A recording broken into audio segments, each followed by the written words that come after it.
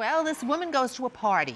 And at this party, she's an older woman, and at the party she meets a gentleman who she finds, very charming, and he does home improvement. So she hires him to put a toilet in a closet that she has in the basement. So she has this fella come over, and they go to Home Depot, they buy all this stuff, they go back home, and it's time now for her to see the bathroom.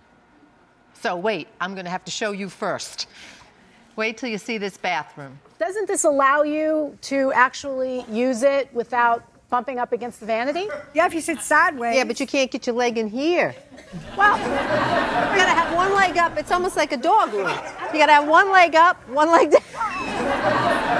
No plans. That makes no sense. Excuse me, there was a plan when he was working in the bathroom, and I said, Ted, I think...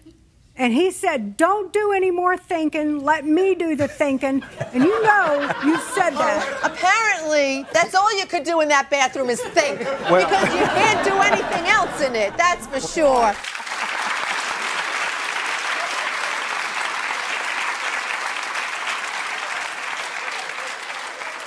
Well, if you were a man and you were still standing in the basement, I suppose if you have good aim. But you'd have to have a unique angle. It had to be a unique angle because you had to straddle it like a horse. I mean, you literally had to get over it. And she was very funny. She said, I might not have a good bathroom, but I'm far more flexible than I ever used to be. So, all I'm going to see, like, when I go to sleep tonight is that lady going. Exactly.